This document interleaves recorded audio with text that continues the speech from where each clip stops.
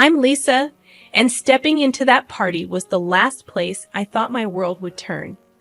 There I stood beside Rachel, anticipating some laughter and free drinks. It all changed with a glance from James, his easy smile and hands casually tucked into his jeans. "Who's that?" I nudged Rachel, eyeing him. "That's James," she half shouted over the music. "Went to college with him. Real chill guy. You want to meet him?" "Sure," I shrugged. New faces meant new stories, but I wasn't prepared for the instant connection. James had a way of talking as if I were the only person in the room, and those green eyes didn't hurt either. "So, you like the Rolling Stones?" He caught me eyeing his t-shirt. Vintage band tees were everywhere, but I meant it when I said only someone who really digs good music would wear Mick Jagger on their chest. He laughed. "Are you calling me out or complimenting me?" "Guess you'll never know," I teased back. By the end of the night, we were inseparable, discussing everything from our love for old-school rock to names for our future pets. James got my number and didn't wait 3 days to call. The next morning, we were deep in the what of tomorrow, talking about rings and forever. But forever comes with its own baggage. Meeting the parents was on the horizon, and the icy reception at the dinner table was unexpected. Margaret, James's mom, broke the so-called ice with a sharp question about my job at the hospital. It wasn't polite interest, but a harder appraisal. "Yeah, the county hospital up north," I replied confidently. "How much do they pay for that?" Her eyes were sharp, her tone sharper. James shot me a look, but I decided to be upfront. "Well, James does more than get by," she said, interrupting. "So, about this marriage." It was a punch to the gut. I didn't care about money, but the financial discussion had begun.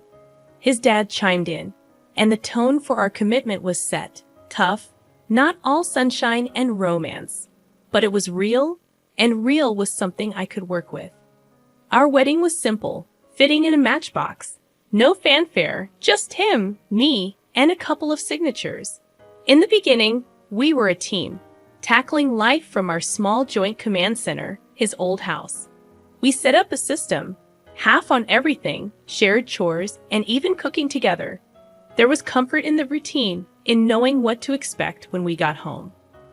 But reality is a tough customer. 4 months down the line, the teamwork was taking hits. Excuses rolled in, bad days stringing together like a lousy pearl necklace. What was meant to be equal started to weigh heavy on my side. The shared life felt more like a solo gig. 2 weeks of slugging it out on my own, and I finally snapped.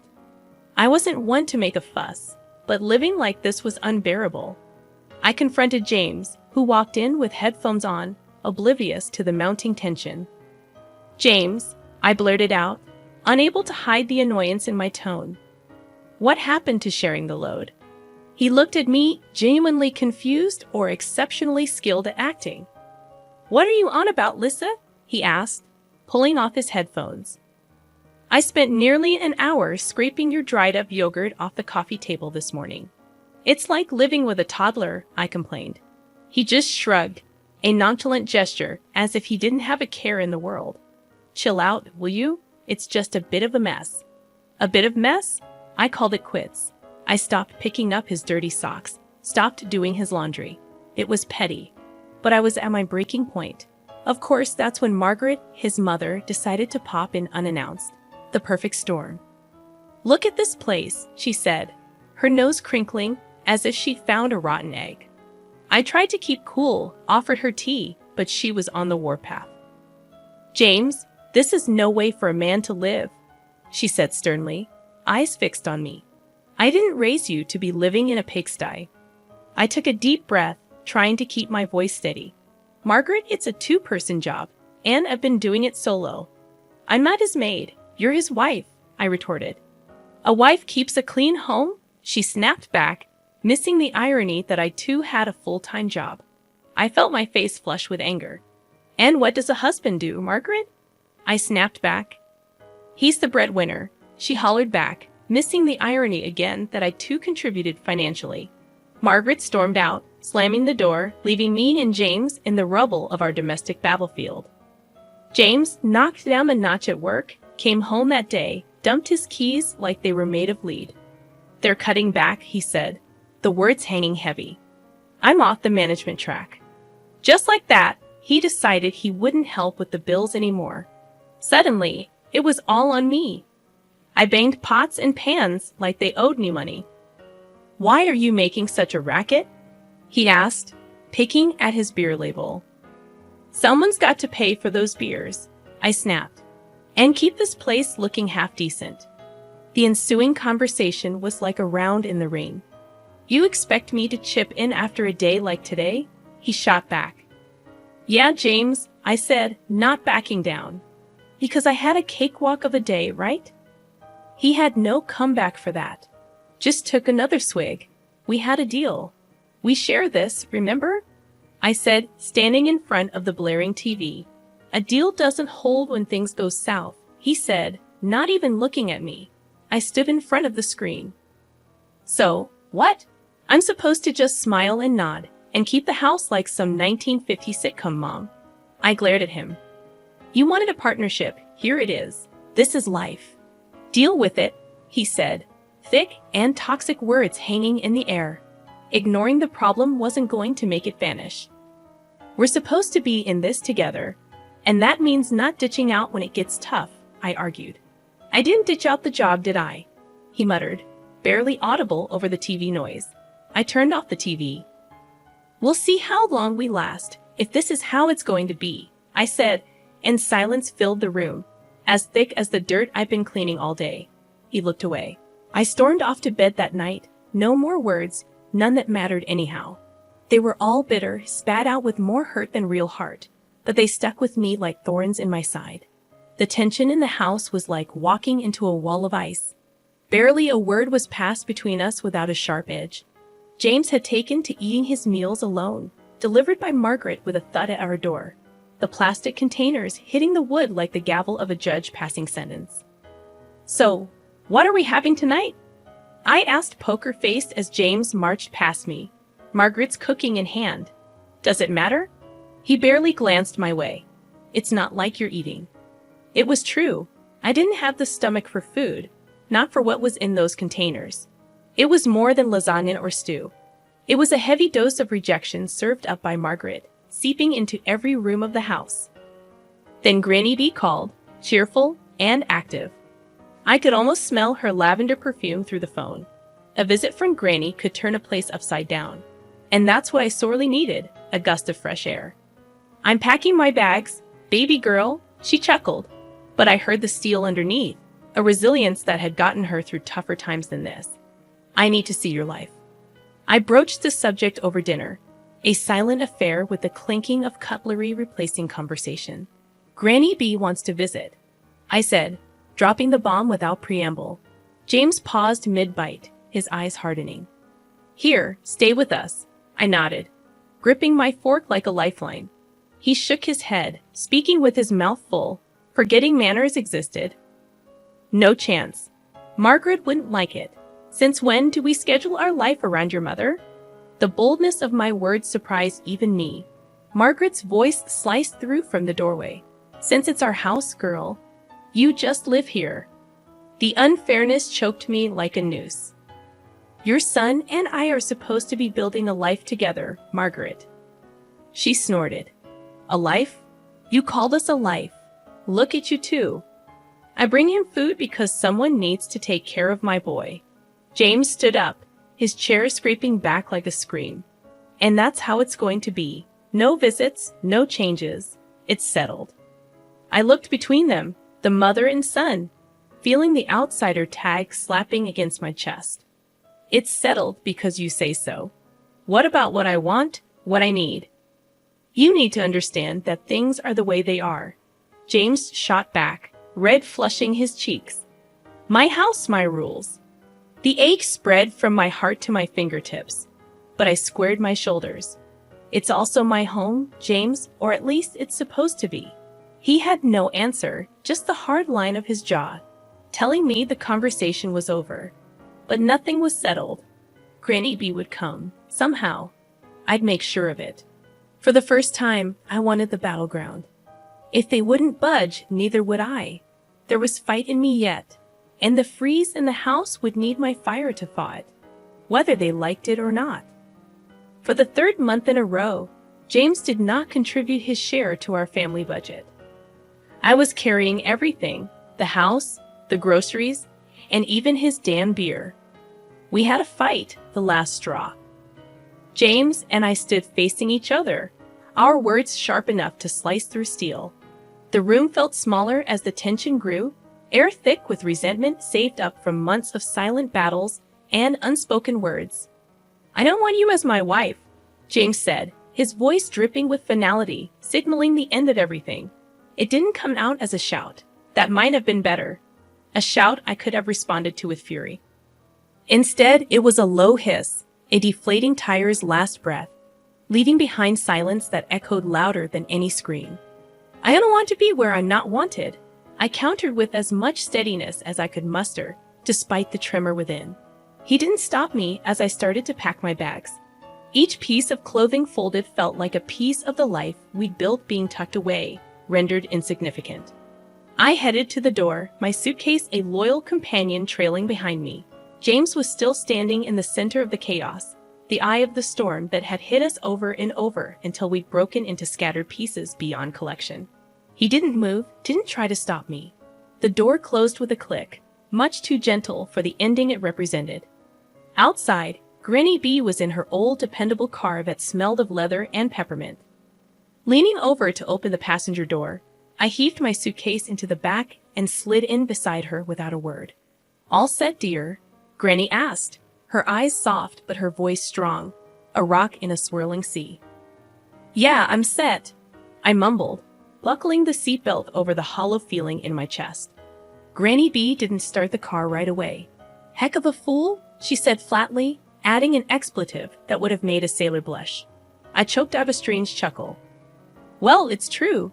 She finally turned the key in the ignition, the engine rumbling to life reassuringly. "You're worth 10 of him, 15 even." She backed out, and we started towards the new apartment. I didn't reply. Instead, I leaned my head against the cool glass of the window, watching the landscape blur the same way my thoughts were a jumble of memories and pain. Granny B didn't push with questions or platitudes. She just drove, every now and then muttering something under her breath that sounded suspiciously like curses aimed at James. The cozy rented apartment was in a normal neighborhood, a place where you could blend in and lick your wounds in peace. As Granny hauled my bag out of the car with surprising strength, I unlocked the door to the unknown. "Well," Granny said, clapping her hands together, "time to rebuild, kiddo. You've got a life to claim, and that sorry excuse for a man to forget." I nodded, feeling the very first flutter of something like hope in my chest. Breaking points, I realized, weren't just about endings. They were about beginnings too. Messy, painful, but real. First starts didn't erase the past, but they gave you a canvas to create something new, and maybe, just maybe, that was exactly what I needed. Granny B was sitting on my threadbare couch, her hands clasped over her knee, bouncing with what seemed like contained energy. Who knew that beneath that floral dress and the wrinkles was a woman with the heart of a Wall Street hustler? "So, you're telling me all the dough I sent you for your meds and stuff, you've been playing the market with it?" I stared at her in disbelief. Granny B chuckled and winked. "Honey, you think I'd let your hard-earned cash rot under a mattress? No way. I've been growing it bit by bit." It felt unreal. I crunched the divorce papers in my hand, knowing that what Granny B had just told me was going to flip the script in a major way. James and Margaret, the perfect couple from next door, agreed to meet us one last time, probably thinking they could offer me some friendly advice on starting over. Margaret opened the door with all fake smiles. "Well, if it isn't the soon-to-be single lady, come in. We were just talking about you." James sat at the dining table, smirking without a care in the world. "Good of you to come by. We need to talk about the neighborhood now that you'll probably be moving somewhere more, affordable." I clenched my jaw, but remembered Granny's news. I needed this, actually, James. I won't be going anywhere, Granny B piped up. She's got a juicy bit of news. Tell 'em, hun. I enjoyed the suspense, stretching their faces tight. Turns out, I got a little nest egg waiting for me. Granny's been smart with the money. James laughed harsh and loud.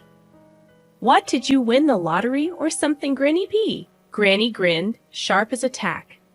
Better. I turned her spare change into a cool 2 million. The smiles fell off James and Margaret's faces like overripe fruit. 2 million. Margaret's voice came out strangled. Yep, and I don't plan to spend it on this neighborhood. My words felt heavy as I watched their painted-on warmth crumble. Granny slapped a hand on her thigh, triumphant. Ain't that something? Just when you think life's kicked you, it decides to kiss you instead. James started babbling something about how half of this money belongs to him. I burst out laughing, reminding him of the prenuptial agreement I had signed. At this moment, his mother would probably like to go back 6 months to destroy this paper.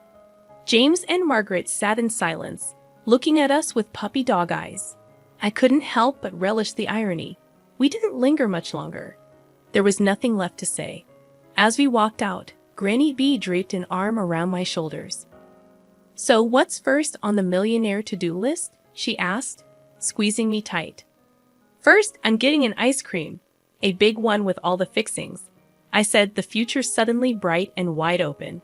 Granny let out a hearty laugh, the sound mingling with the promise of an unseen fortune, now seen and closer than ever. The phone rang again.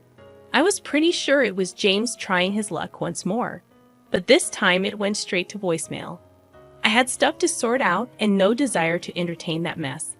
I heaved a sigh, looking around my cramped apartment cluttered with memories, too many of them pinned to James and a shadow that loomed like a bad smell.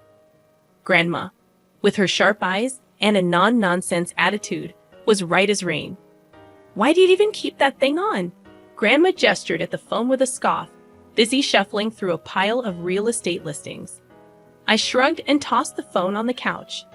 Guess I'm too soft, squishy as an overripe tomato, she snorted. We need to get moving. I don't want James or his mama knocking on our door trying to weasel back into our lives when we've barely shucked him off. I know, Grams. Thanks. I flashed her a grateful look. So, where to? She slapped a listing onto the kitchen table. It was circled and bold. Here, 2 bedrooms, cleaner air, away from unwanted pests. I skimmed the details. Looks decent, Grams. Any pizza joints nearby. The next day dawned fresh. We were off, the apartment ad in hand, and a skipping grandma step. The listing agent met us at the property, all smiles and slicked back hair reeking of too much aftershave. Welcome, ladies, he extended his hand right at Grandma. She eyed it like it was a dead fish, but shook it all the same. Cut to the chase, hot shot. We're not here for pleasantries.